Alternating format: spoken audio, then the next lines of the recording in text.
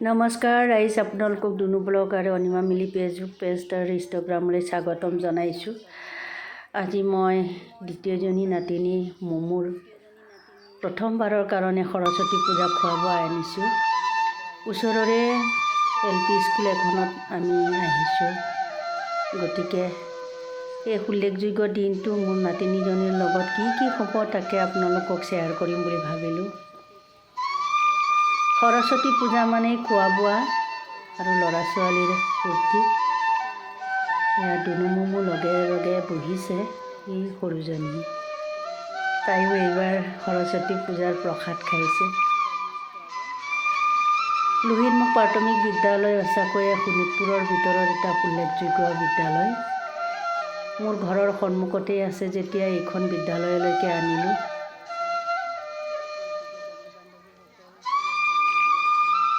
সেইদিনা আজিৰ দিনটোত স্কুলখনত লুচি বাজি কৰিছে। ল'ৰা ছোৱালীহঁতৰ ফূৰ্তিৰ সীমাই নাই। প্ৰথমে কল দিলে, তাৰ পাছত লগতে লুচি বাজিও দিলে।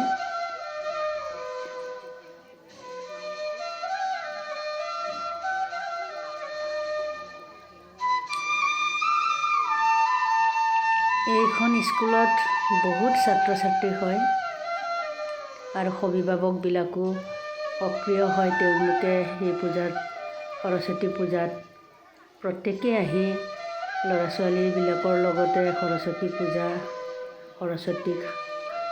পূজা কৰে।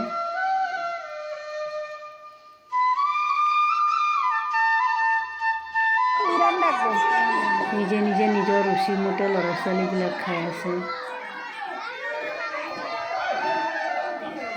ইহঁতৰ ফূৰ্তি আৰু সৰস্বতী পূজা উপভোগ কৰা দেখি মোৰ ল'ৰালি কাললৈকে মনত পৰিল। আমিও সেইদিন এনেকৈ সৰস্বতী পূজা উপভোগ কৰিছিলোঁ। গতিকে আজিৰ দিনত আপোনালোকে ক'ত সৰস্বতী পূজা পালন কৰিলে তাক জনাবলৈ নাপাহৰিব।